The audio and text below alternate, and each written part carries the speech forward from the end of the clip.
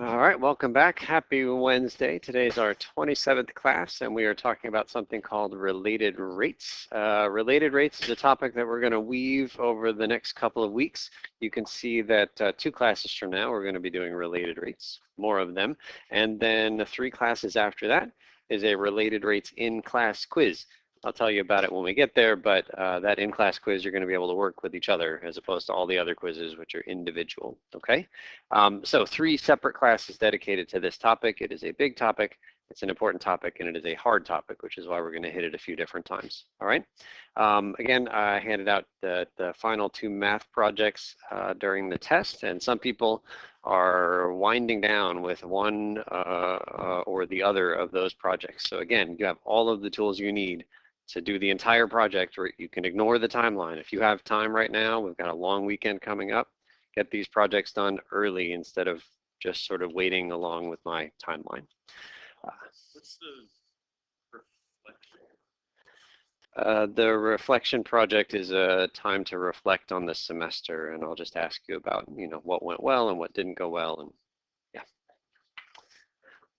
yeah, we will reflect, but not like the rainbow light reflecting, different reflecting. Okay, all right, good. And just while we've got the calendar up here, a reminder that today is officially a Friday schedule for day classes. So you go to your Friday day classes today. Does anybody have a Wednesday night class? Go to your Wednesday night class tonight, right? Oh, okay. But yeah, any like day classes today or Friday, but tonight it turns back into a Wednesday. And this coming Friday, there are no classes scheduled for Veterans Day, right? So that's this Friday. Okay, so let's jump back to page 10. Daily summary. Today we learn how to solve problems where several variables are changing at the same time. These kinds of problems are called related rates problems. Number 1, a boat is pulled into a dock through a pulley that is 20 feet higher than the bow of the boat. If the rope is pulled in at a rate of 2 feet per second, how fast is the boat approaching the dock when there is 30 feet of rope out? How about when there is 22 feet of rope out? Okay, so lots of stuff going on in that problem. We're going to draw a picture, but I've got a fancy picture I can show you up on the screen first.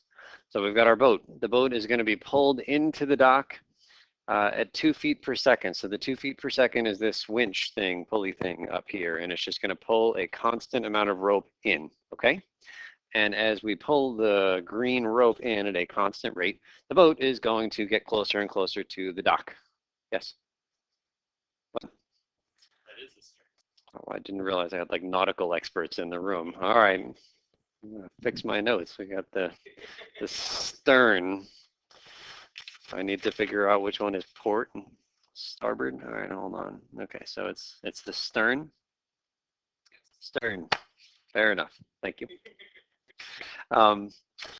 Okay, so we're pulling this green thing in at a constant rate. As a result, the boat is going to get closer and closer to the dock. And the question is, how fast is the boat going to be pulled towards the dock? Now, we know that we're pulling 2 feet this way, but this is off at an angle. And so it's not just going to be coming 2 feet per second closer to the dock.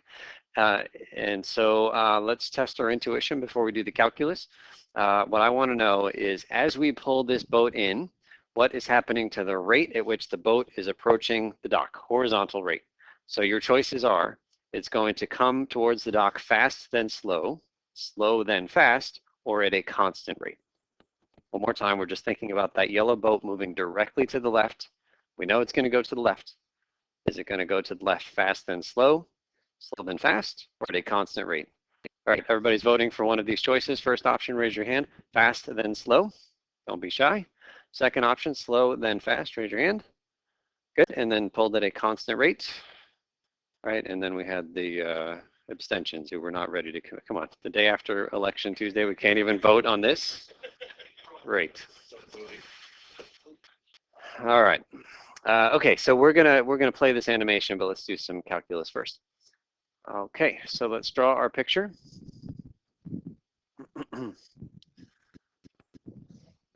Okay, it's 20 feet this way. I'll draw the water line in blue there. And then we're going to have our boat right here. How's that? I always try to draw a sailboat and somebody says, why is there a Christmas tree in the boat? Okay, and so then let's go ahead and connect and make our right triangle right there. Okay, we've got two distances changing in this picture. They are currently unmarked. We're going to give them both, we're going to name both of them. We're going to pick a letter for both of these guys. So let's say that this guy down here is X and this one up here is Y. Okay, they're both changing. And there is a relationship, an equation we can write that relates these three things up here. It's the Pythagorean Theorem. So let's start by writing Pythagorean Theorem. X squared plus Y squared equals, oh, nope. X squared plus 20 squared equals Y squared, okay?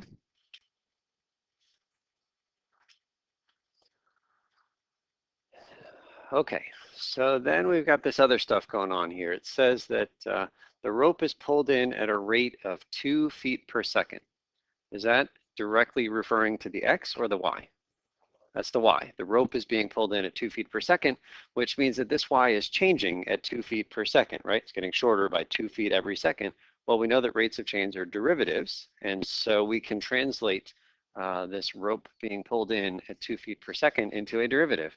The derivative of Y as, what's the underlying variable here?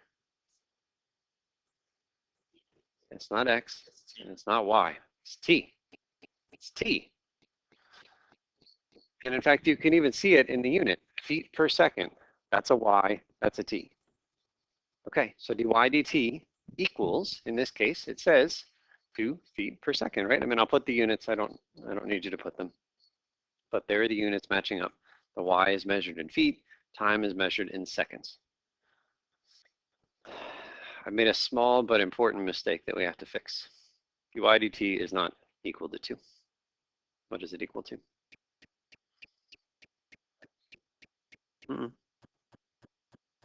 2 is not the right number to put there.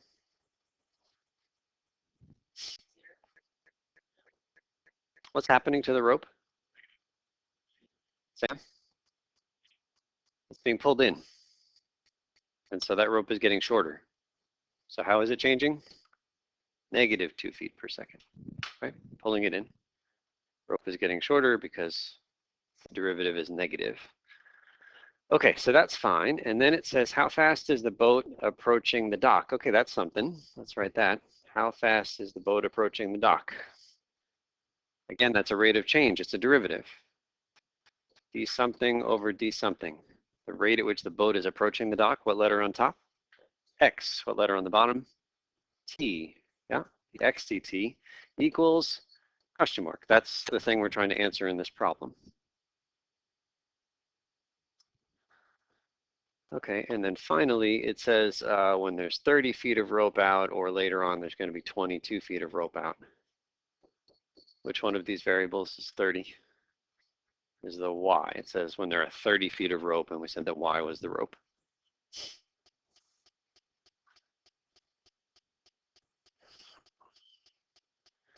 Okay, so we've translated all of that problem into symbols. We've got everything written up on the board. It is tempting to just plug the y equals 30 in right now. If you plug the y equals 30 in right now, then you're going to be fixing this picture. And there's no point in even having x or y there. It's just a fixed static triangle where there's 30 feet of rope out. So we're going to plug 30 in, but we can't do it now. If we do it now, all of a sudden the motion ends, and it's just a fixed problem. And we need to not plug the 30 in until later on. So here's what we're going to do. We're going to take the equation that we pulled out of a hat, this Pythagorean equation, and we're going to take the derivative of both sides of that equation with respect to time. So I'm going to rewrite this equation. Take a look at the extra space that I leave in just after the equal sign. What we're doing is taking a derivative of both sides of that equation, and we're taking the derivative with respect to t.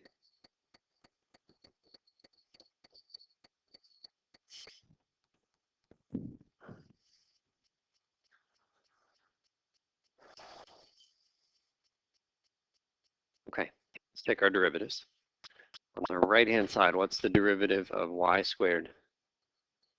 2y is good. Times dy dt in this case. Y is a function of t. Y is changing because time is passing. So this is why we couldn't do the related rate stuff until last class's implicit differentiation stuff. On the left-hand side, derivative of x squared, 2x. Nevin says we got to tack on a dx dt. I thought we only tacked on the thing when there's a y involved. Josh?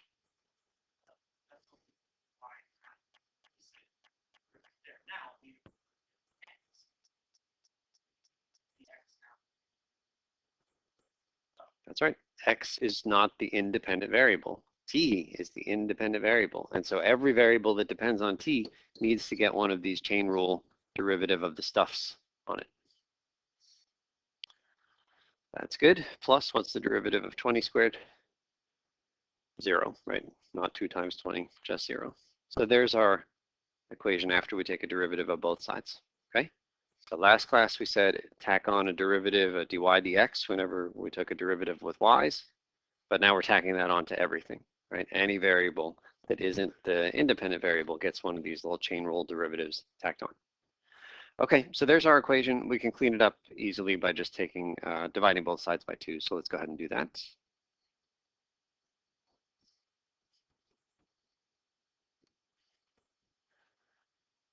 And only now do we get to start plugging in our values. Yeah. Would it be possible to write it as x dx all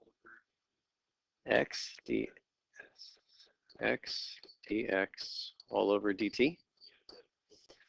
So this thing right here, even though like it looks like a fraction, is really one thing. And so we can't split it and treat it like it's multiplication of a fraction. Good question. Okay, so now we're ready to start plugging in all of the stuff that we're given. The value, let's start on the right-hand side. dy dt we said was -2. The value of y in the first part of this problem is 30. So plug a 30 right there. What about this dx dt? That's what we're trying to find. Okay, great. It's good to know. We had our question mark up above dx dt. So the only thing left is x, but we got to put a number in there. You can't have one equation with 2 variables. Josh? Which equation? Yeah, okay. That will give us the x because we know that y is 30. So x squared plus 20 squared equals 30 squared.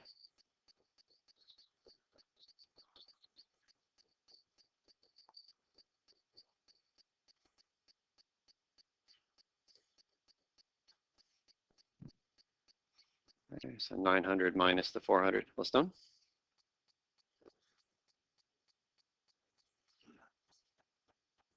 -30 times -2.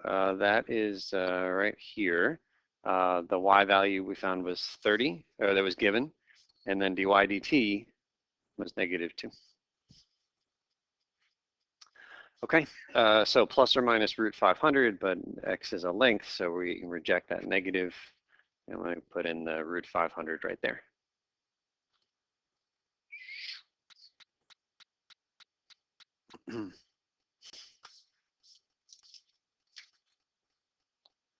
Okay, and then I think we're pretty much done. We just have to solve for dx dt. So dx dt equals, what do we got here? 30 times the -2, all divided by root 500. So if we can get one person to just carefully type that in, and while we're -2.68. Fair enough. And let's get some units for this number. Remember, the derivative units are just the, in this case, y units over t units. So what per what? Feet per second. So at that one moment in this process, when there is 30 feet of rope out, the boat is approaching the dock horizontally at a rate of 2.68 feet per second. Why does the negative make sense? X is getting smaller by 2.68 feet per second. Okay, remember I asked us to vote. Either the boat is coming in fast then slow, slow then fast, or a constant rate. Do we have enough info right now to answer that question? No, we need one more piece of data, right? We need something to compare this thing to. So the rest of this problem said, okay, but let's just try it when there's 22 feet of rope. So it's exactly the same process. In fact, we can sort of skip almost to the end of this problem.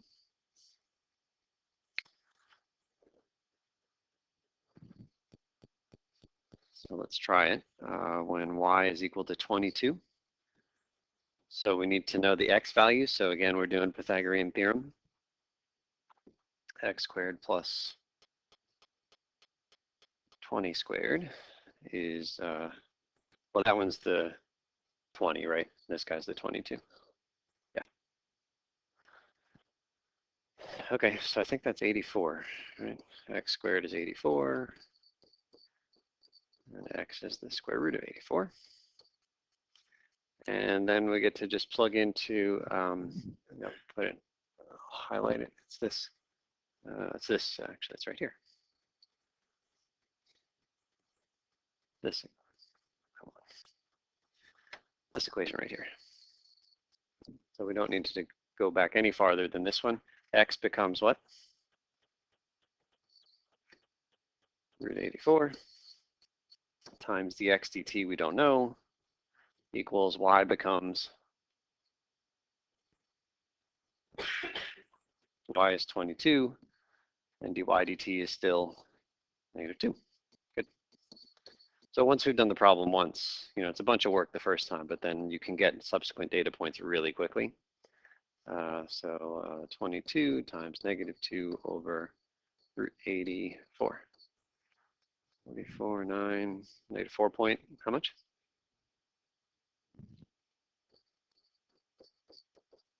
And again, that's feet per second.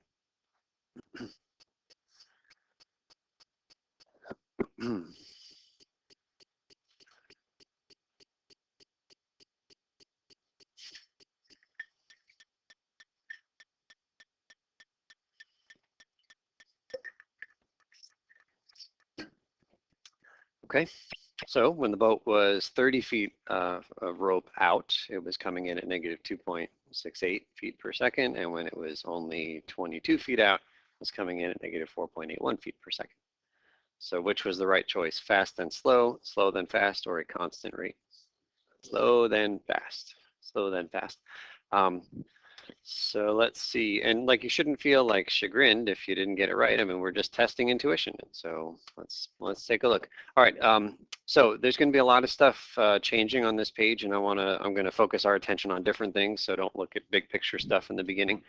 First thing I'm going to do is just ask you to watch this green rope and convince yourself that it's getting smaller at a constant rate. The little dots there are just to help us watch this thing come in. So just watch the green rope and try to convince yourself the green dots are getting eaten at a constant rate. Is that reasonable? Okay, and so that's the rope coming in at 2 feet per second. And now we're going to focus on the length of this blue line here, and it's definitely getting shorter. But is it getting shorter fast then slow, slow then faster at a constant rate? It's definitely slow then fast, right? And in the last few feet of the trip, it's like screaming into the dock, right? Yeah. If it's strong enough, I guess it could lift it up. Yeah. Okay. So we answered the question when the rope was 30 feet long. That's this picture. And at that moment, the x was 22. Did we calculate that? Square root of 500. Yeah, we didn't. So we didn't find that. And then if we take a look at the graph of dx dt, so at this particular moment, we didn't find the value of t, but it turns out it looks like it's about 11 seconds or so into this experiment from this starting point, and the y value, sorry, the dy dt was -2.68. Did we get that? And then as we run this rope a little bit closer in, now the rope is 22 feet long, and the dy dt is -4.8, and you can see what's happening to this velocity. It is getting very fast in a negative sense, right? Okay, good. Okay, if we take a look at number 2 here, any questions on that one? Okay, so in number 2, it says on page 3 of this packet, there are general guidelines about how to solve related rates problems. You will be able to use this reference sheet on the upcoming quizzes and tests, but make sure you look it over beforehand. So we're not going to look at it together, but it's there for you, and you'll want to know exactly what it says as you prepare for quizzes and tests. We're going to go on to the next page. No, that's the homework assignment. Page 3 of the packet, all the way in the beginning. Okay, let's take a look on the next page at number 3. Water is flowing into a cone with the height of 16 centimeters and a radius at the top of 4 centimeters at 2 cubic centimeters per minute. How fast is the water level rising when the water is 5 centimeters deep, 10 centimeters deep, 15 centimeters deep? All right, so again, picture like a drinking cup, a conical drinking cup, and you're at some, like water dispenser, and you push the button and the water is flowing at pretty much a constant rate. Yep. And so as the water flows into the cup at a constant rate, the height of the water in your cup rises. And we're going to calculate how fast the height is changing when the water is 5 centimeters deep and 10 centimeters deep and 15 centimeters deep. But before we do, let's ask the intuition question again. So as we go from 5 to 10 to 15 centimeters deep, I want your intuition, your guess, for how fast the water level is rising. Is the water level going to rise fast then slow, slow then fast, or at a constant rate? You're going to pick one of those things. Again, thinking about the water level rising as we fill this cup, fast then slow, slow then fast, or constant rate. Okay, everybody's voting for one of those. Raise your hand if you think it's going to be, the cone is, yeah, it's got to hold the water. Yeah, okay. Okay, so raise your hand for the first choice, which was fast and then slow. A couple of votes there. Hands down. Second choice, slow and then fast. Stay strong. Good. What's that? The question is slow later on. So you're saying fast then slow. Yeah, okay, fast. All right, and then slow then fast. Anybody think it's going to be a constant rate of change? Good. Okay, so let's give this a shot. We're going to draw our conical cup.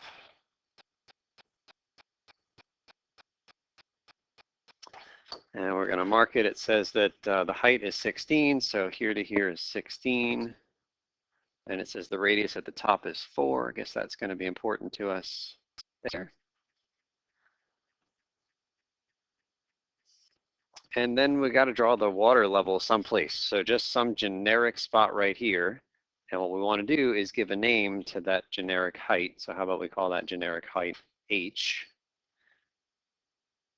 And at that generic height, there's also some generic radius.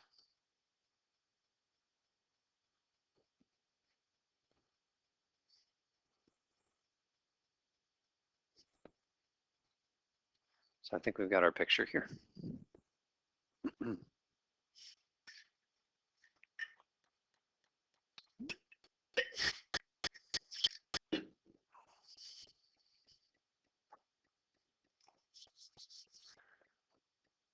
Okay.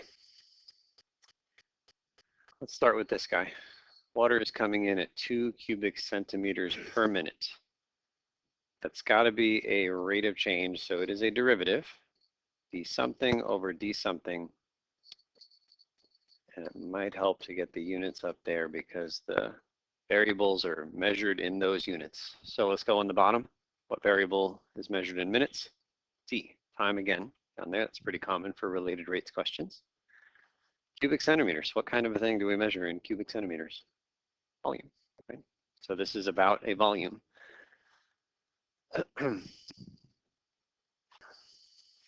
And over here, when they say the water is 5, 10, or 15 centimeters deep, what variable is that?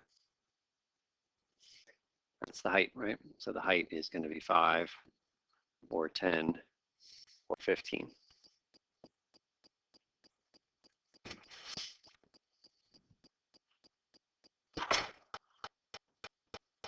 Okay, so I think that's all the translating we're going to do.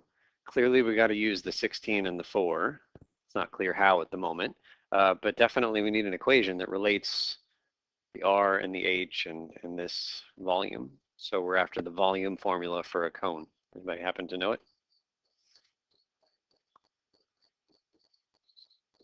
That's it. 1/3 pi r squared h. If I gave you this problem on a test, I would give you that formula as well.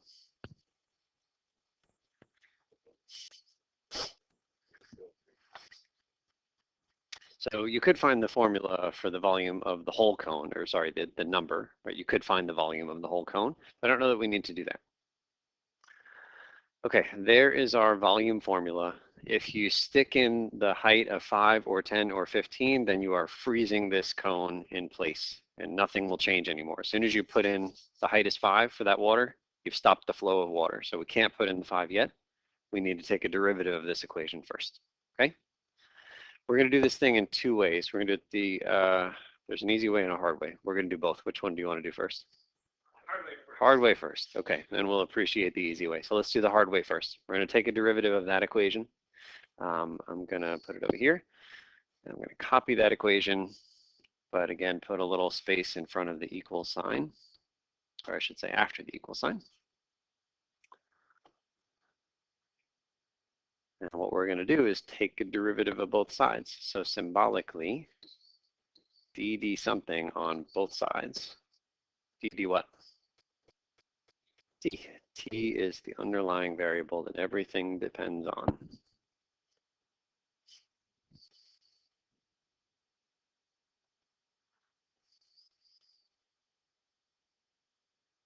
Okay, let's give this a shot. On the left-hand side, it's just going to be symbols. How do we write the derivative of v? It is 1, but it is 1 dv dt.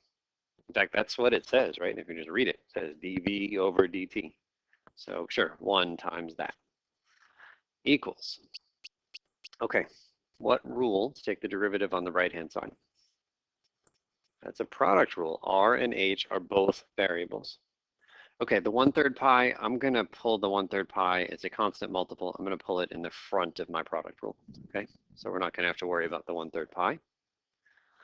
But now we're taking the derivative of r squared times h. Maybe put this in parentheses here. That's the product rule that I'm looking at. So copy the first, r squared, times the derivative of the second. What's the derivative of h? Is 1. 1 what? dh dt. Every single variable gets a derivative of the stuff tacked on.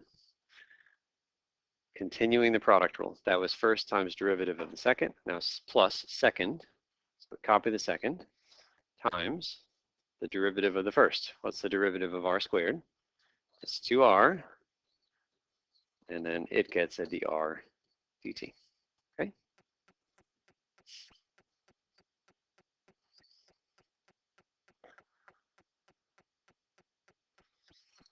Okay. Now that we've got our derivative done, we're ready to start plugging in the numbers that we have. First one, dv dt. What is it? 2. It's given. Water is flowing in at 2 cubic centimeters per minute. Equals. Copying the 1/3 pi. Next term is r squared. The first r they gave us 3 r's. Let's just do the first one. 5, right? So 5 squared.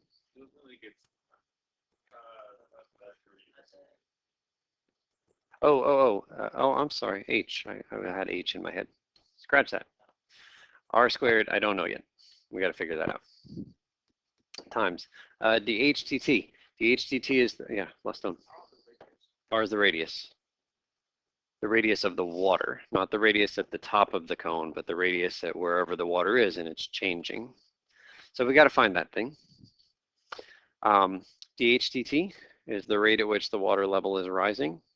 That's what this question is asking us to find, so I'm happy to copy that there. Plus. Okay, I'm dialed in again now. H, let's pick the first H that they gave us. That was a 5. Times 2 times, okay, I'm going to put another blank space because I still don't know what the R is. And then dr dt. Think about it. It's the rate at which the radius is changing. I don't know that either. Yeah, I got some blank lines here. That's an R. That's an R. And this is supposed to be a dr dt. So if we could somehow calculate those two numbers, we'd be able to just plug them in and do a little bit of algebra. Solve what for each? Mm-hmm.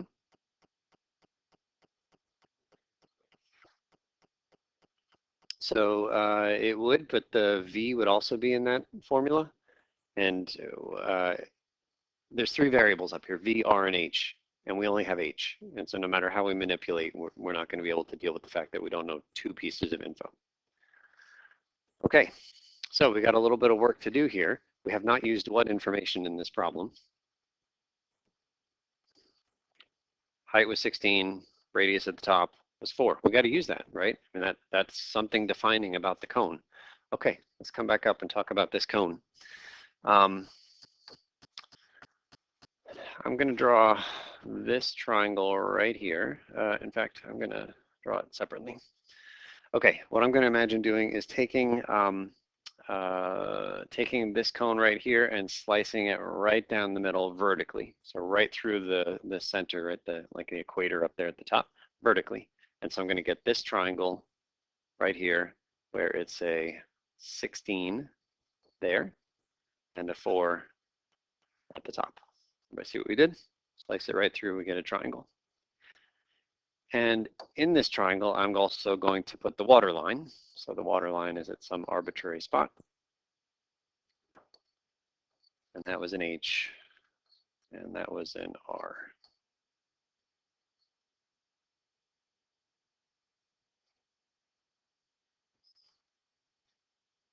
And so we've got two triangles drawn up there, and now we're going to call upon your hidden high school geometry reserves to tell me something special about those two triangles. They are similar. That's what we need. Those triangles are similar to each other. And similar means a lot of things. It means all three pairs of angles match up with each other. So this angle is the same as this one, and this one up here is the same as this one. Actually, I think they're all four equal to each other, but and then finally the sky is shared in both triangles. But the important thing that we want isn't about the angles, it's about the sides. And what we know is that when we have similar triangles, the sides are in the same ratio, the same proportion. Yeah. So that means, for example, that 4 is to 16 as R is to H. There's the relationship. We needed to figure out what R is. We needed to figure out what the RDT is. That's the equation that has R and H in it.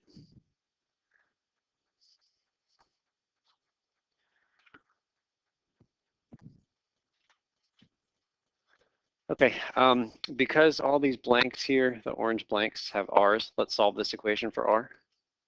So I think we get H over 4 when we reduce.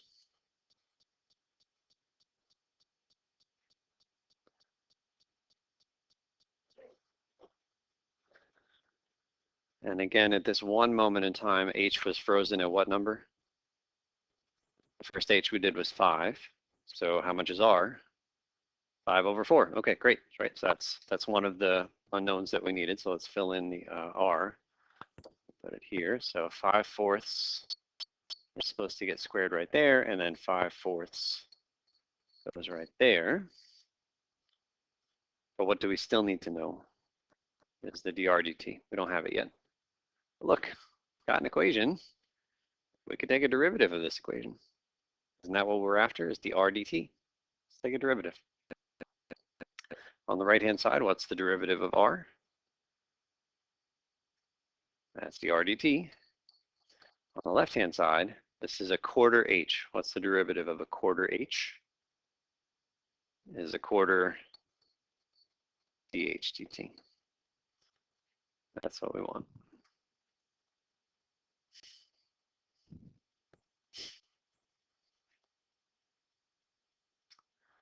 Okay, it doesn't tell me dRdt is a number, but it does tell me in terms of dHdt. Last one. How did we do? It's not a divided by R. That was just a blank that I was just saying we need to know what R is and put it in the blank. So we'll get rid of that guy, and we'll get rid of that guy. Okay, so that means instead of this blank here where it says dRdt, what can we put? We can put a quarter dHdt. Great.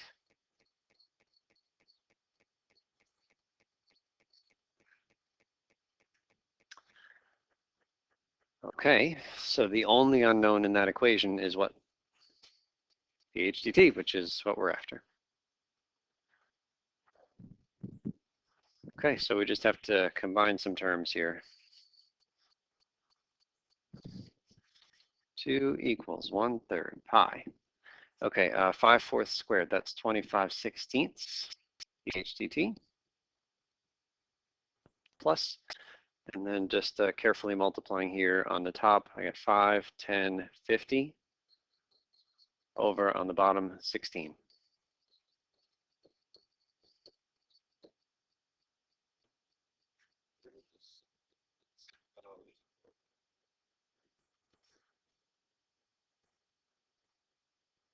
Okay, and then we'll combine like terms here in the parentheses. 2 equals 1/3 pi, what do we get up here? 75/16 dHdt.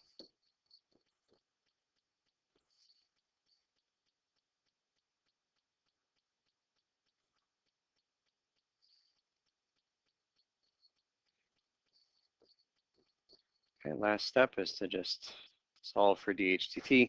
I guess we should probably cancel something, right? 3 and 75. That's 25 times. So then when we solve for dHdt, I've got a 2 on the left-hand side. What goes upstairs on the left-hand side? 16 is going to go up there. And then downstairs, pi as well as the 25. That's it.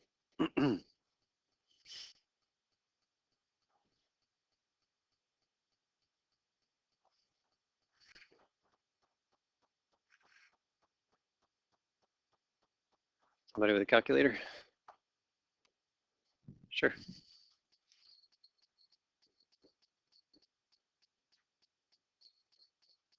Let's get some units. 0.407, what over what?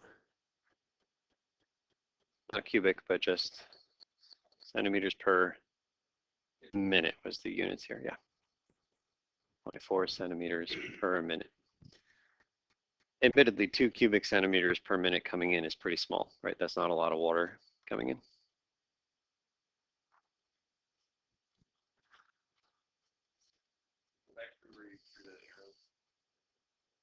The arrow right here, yeah. Oh yeah, so we're solving for dHdt. So we're just gonna move all of these constants over to the left-hand side by either multiplying or dividing. The pi is gonna divide and go on the bottom. The 25 is also gonna divide and go on the bottom. But 16 is currently on the bottom. I need to multiply by 16, it goes on top. Okay, I said there was an easy way and a hard way. That was the hard way. So let's see if we appreciate the easy way now that we've done the hard way. Let's go all the way back up. Yeah. Let's go all the way back up to this v equals 1/3 pi r squared h. What made this difficult was that it had two variables, two input variables, r and h. And so then we ended up with this crazy, you have to get rid of, you have to change the dr dt into something with a dh dt. But given that we needed to use this r equals h over 4 equation at some point, it's a whole heck of a lot easier to use it now before we take a derivative. So this is our much, much, much better option. 1/3 pi times what? H over 4 squared. That's the r squared, still times what? H. Everybody see what we did? So substitute as early as possible. So v equals, what do we get here? So I see an h cubed, I see a pi, 4 squared is a 16, times a 3 on the bottom, 48. Is that okay? 4 squared on the bottom is 16 times the 3 on the bottom, 48. So that's the equation we really should have been playing with. And so when we take a derivative, we don't have a product rule at all. In fact, this is just a basic polynomial with one term. H cubed, yes, because h squared in here, and then times another h. Okay, derivative of both sides. Derivative of the left-hand side is still dv dt. Derivative of the right-hand side, you could use the quotient rule, please don't. Pi is a constant multiple, so is 48. Pi and 48 are going to stay right there waiting for you to take a derivative of h cubed. What is it? 3h squared dh dt.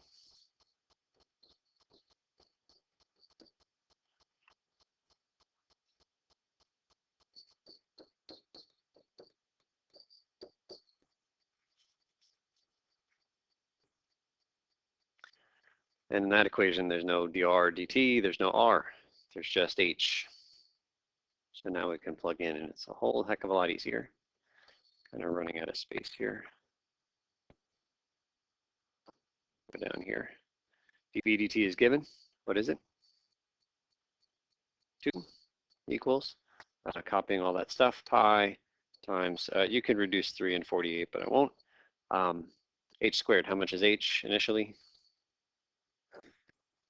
5, so that's 5 squared, and then times dh dt.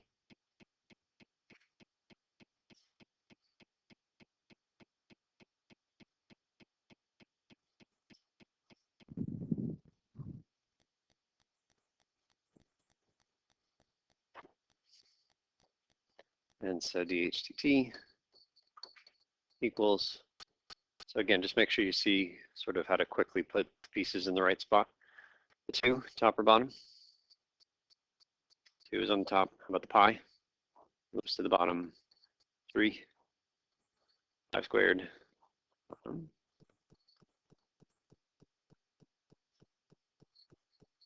48, top.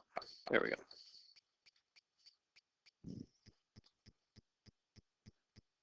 I'll get somebody with a calculator, but I'm going to do this one in my head and just blow your minds with my ability to do arithmetic. 0.407.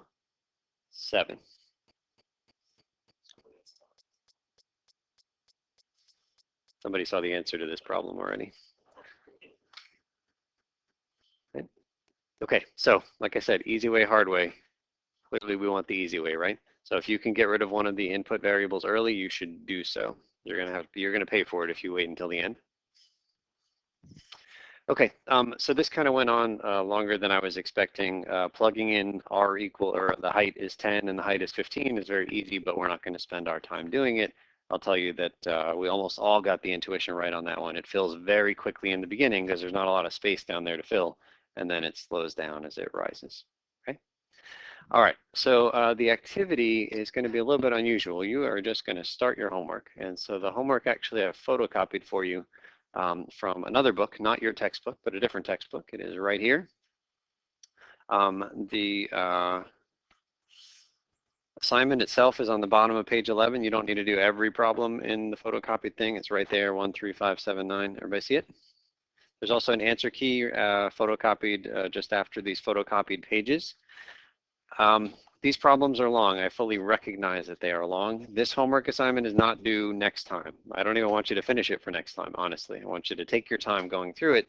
And I'll point out that the one-page homework assignment, number 27 is what we just did. It's those problems from the scan for both. And then homework 29 is to finish the assignment from 27. So like really, I want you to take some time in doing all of these problems, all right?